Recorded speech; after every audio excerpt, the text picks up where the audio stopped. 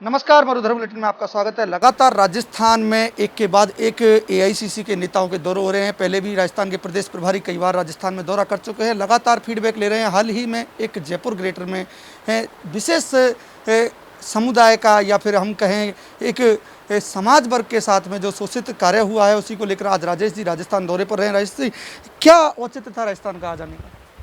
देखिए, बड़ा दुर्भाग्यपूर्ण है कि जो बीजेपी की मेयर थी जयपुर के अंदर, उन्होंने कुछ परिवार थे जो गरीबों के परिवार थे, घुमंतु समाज के, सांसी समाज के परिवार थे, जो वहाँ पर पिछले 23 साल से वहाँ पे रह रहे थे, अपने बच्चों का पालन पोषण कर रहे थे। गरीब थे इसलिए झुग्गी झोपड़ी में रह रहे थे। कोविड जैसी सिचुएशन में जब पूरे विश्व के अंदर इसकी महामारी चल रही थी, देश भर के अंदर लॉकडाउन लगा हुआ था, इस लॉकडाउन के अंदर इन्होंने सारे कानून को ताक पे रखते हुए निर्देश दिया कॉरपोरेशन को और बुलडोज़र लेकर उनके पूरे मकानों को तोड़ दिया। जब उनकी महिलाओं ने, उनके लोगों ने, रहने वालों ने, परिवार के लोगों ने उसकी आवाज़ उठाई तो उनको बेदर्दी से लाठियों से उनको पीटा गया, घसीट घसीट के मारा गया, उनके ऊपर मुकदमे बनाए गए। हमने देखा और पूरे देश भर के लोग, इस समाज के लोगों ने हमसे संपर्क किया, क्योंकि लॉकडाउन था चारों तरफ, हम बहुत असहाय थे, हम इसके ऊपर कुछ कार्रवाई नहीं कर पा रहे थे।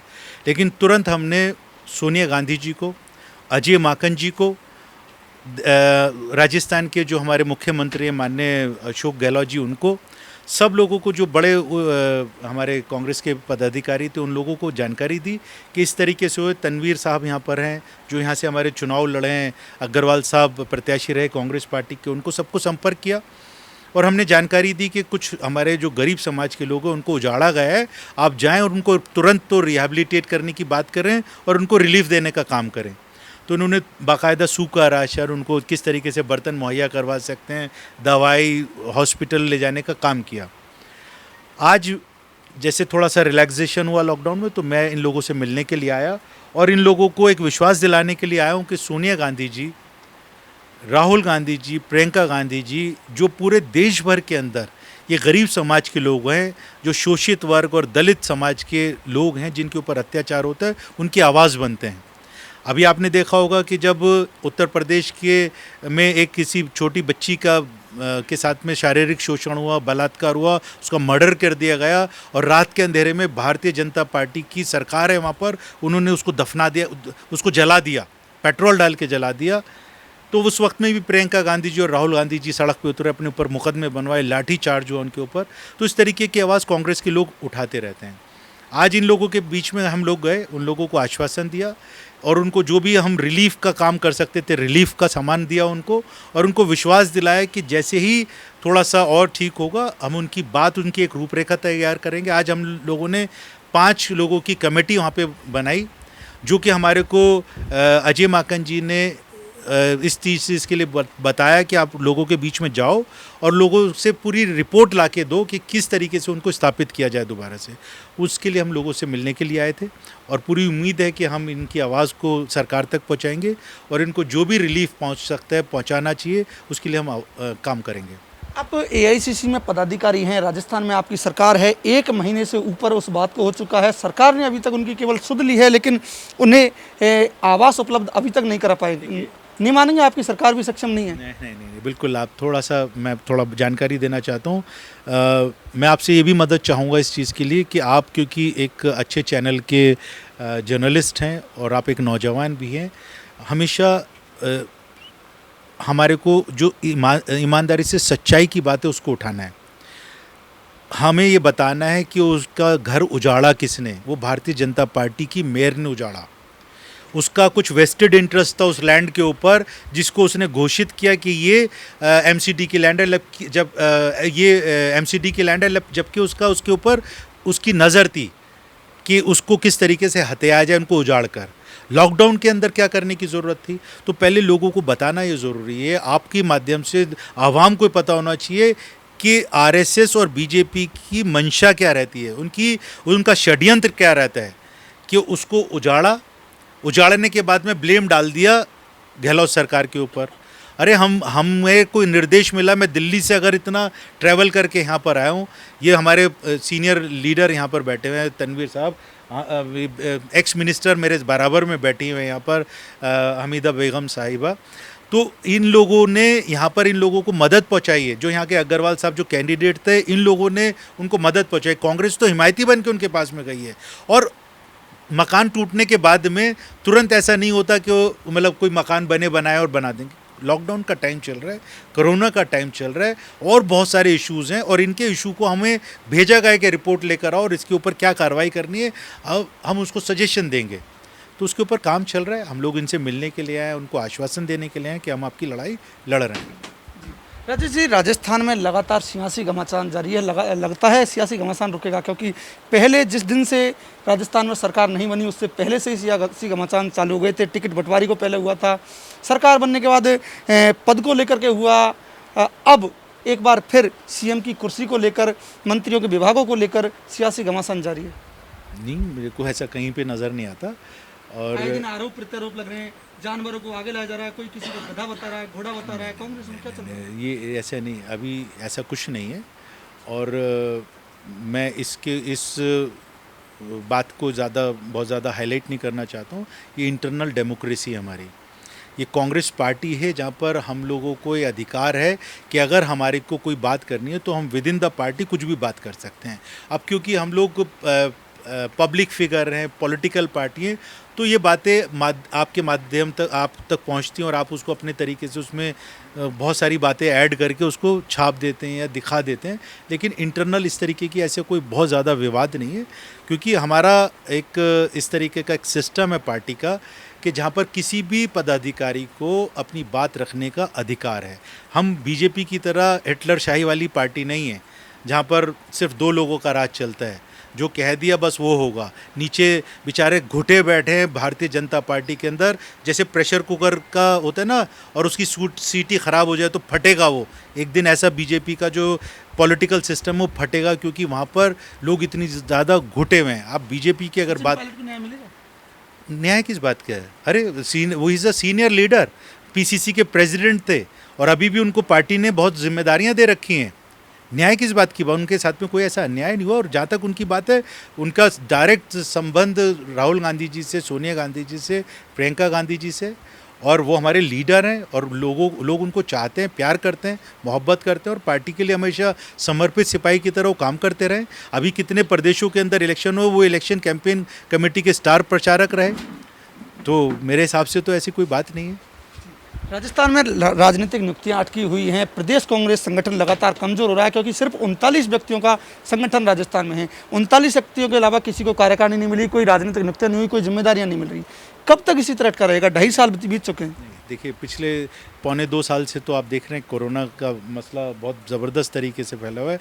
ये तो ऐसी स्थिति आ गई थी कि जहाँ पर लोग हर रोज़ अगर किसी का फ़ोन आता था तो ये उम्मीद करते थे कि फ़ोन खुशहाली का हो, कोई ऐसी मतलब ख़राब न्यूज़ का ना हो, कि कोई मतलब हादसा ना हो गया उसकी परिवार के अंदर। उस दौर से हम लोग गुजरे हैं, तो ये हमारे लिए मायने नहीं रखता। उस टाइम पे हमारा जो राजस्थान के मुख्यमंत्री थे, उनका उद्देश्य राजनीति करना नहीं था। उनका ये था कि लोगों को किस तरीके से कोरोना से बचाया जाए, वैक्सीनेशन कैसे पहुंचाया जाए। अशोक गहलोत जी उस तरीके से काम कर रहे थे, और देश भर के अंदर वन ऑफ द बेस्ट अगर कोई मॉडल किसी ने कोरोना को डिफीट करने का किया तो अशोक गहलोत जी की सरकार ने किया, कांग्रेस की सरकार ने किया। तो ये संगठन एक प्रायोरिटी सेकेंडरी है। पहले तो हमारा ये था कि हम कोरोना से कैसे फाइट करें, अपने लोगों को मेडिकल फैसिलिटीज़ कैसे पहुँचाएँ, हमारी प्रायोरिटी वो थी। तो कांग्रेस राजनीति के ऊपर काम और सामाजिक दृष्टि से लोगों को फ़ायदा पहुँचाने की बात ज़्यादा करती है। सीडब्ल्यूसी की बार बार मीटिंग होती है, अंतरिम अध्यक्ष का नाम आता है लेकिन नियुक्ति नहीं हो पाती है। कौन हो सकता है? देखिए, ये एक इंटरनल मैटर है। सोनिया गांधी जी अभी हमारी प्रेसिडेंट हैं, और ये किसी को इसका सवाल उठाने का अधिकार भी नहीं है। वो हमारा कांग्रेस पार्टी का अपना एक सिस्टम है। वो सिस्टम से हम जिसको अध्यक्ष पार्टी डिसाइड करेगी, जब यूनानिमस डिसीजन होगा उसका वो अध्यक्ष बन जाएगा। लेकिन अभी सोनिया गांधी जी बहुत अच्छे तरीके से एक प्रेसिडेंट की भूमिका अदा कर रही हैं। देश में लगातार डीजल पेट्रोल के दाम जमीन से आसमान की ओर पहुंच चुके हैं। महंगाई और बेरोजगारी एक मुद्दा बन चुका है, लेकिन कांग्रेस अभी तक उभर कर विरोध नहीं कर पा रही है, सरकार को ढंग से नहीं घेर पा रही है। देखिए, इसके लिए मैं जो आवाम हैं, जिसके ऊपर बहुत ज़्यादा प्रेशर है पेट्रोल के दाम बढ़ने का, डीजल के दाम करने का, बेरोज़गारी का, महिलाओं के साथ पे उत्पीड़न का, पूरे देश के लोगों को इकट्ठा होना पड़ेगा।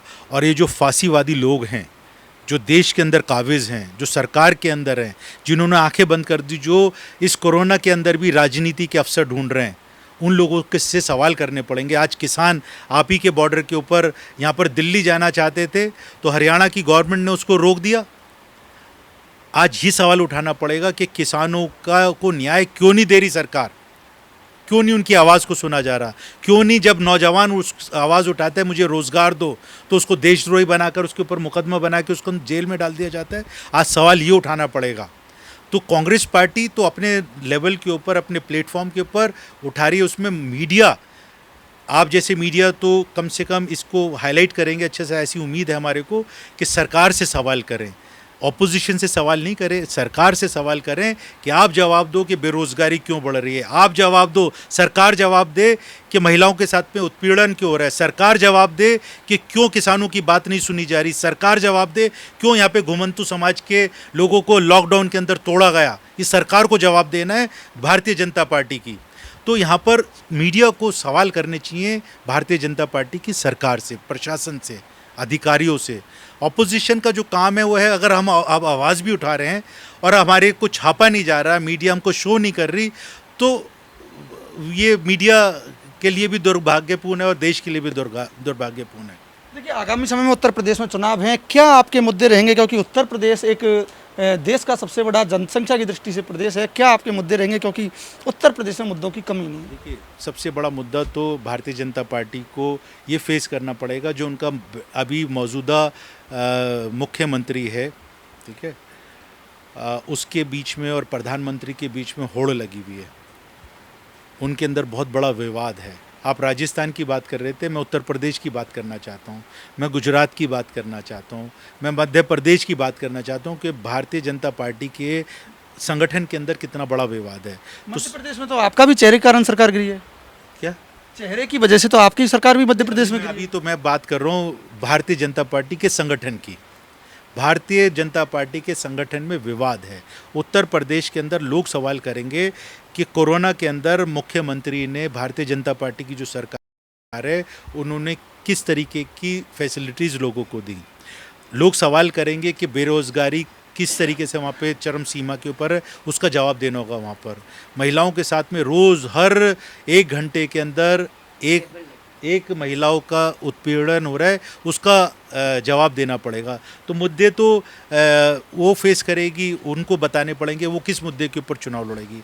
हम तो ऑपोजिशन के लोग हैं, हम लोगों के बीच में जाएंगे कि हम विकास करना चाहते हैं, विकास करेंगे। उत्तर प्रदेश में चेहरा कौन होगा आपका कांग्रेस की ओर से? अभी तक कोई फेस क्लियर नहीं हुआ। उनकी ओर से तो योगी फेस क्लियर सा है। मैं आपको बताता हूँ, कांग्रेस कभी भी शुरू के अंदर इस तरीके से अब कोई चेहरा प्रोजेक्ट नहीं करती है। हमारा इंटरनल फैसला होता है, यूनानिमस डिसीजन होता है कि कौन हमारी पार्टी को लीड करेगा। वो हाईकमांड का काम है। हाईकमांड जब लगेगा कि इसको प्रोजेक्ट करना है, वो प्रोजेक्ट करेगी। जो लोग जीते हुए होंगे, जब हम मेजॉरिटी में आएंगे तो वो डिसाइड करेंगे, इंटरनली वोटिंग करके या किसी भी तरीके से एक फैसला लेंगे, वो हमारा लीडर होगा। सचिन पायलट को सीएम की कुर्सी नहीं मिली और प्रदेशों में, कई प्रदेशों में प्रदेश अध्यक्ष को सीएम की कुर्सी मिल चुकी है, क्या लगता है सचिन पायलट की कुर्सी हाथ लगेगी? देखिए, ये पार्टी हाईकमांड का फैसला है और सचिन पायलट जी हमारे सम्मानित, मेरे अच्छे मित्र भी हैं, भाई भी हैं, दोस्त भी हैं।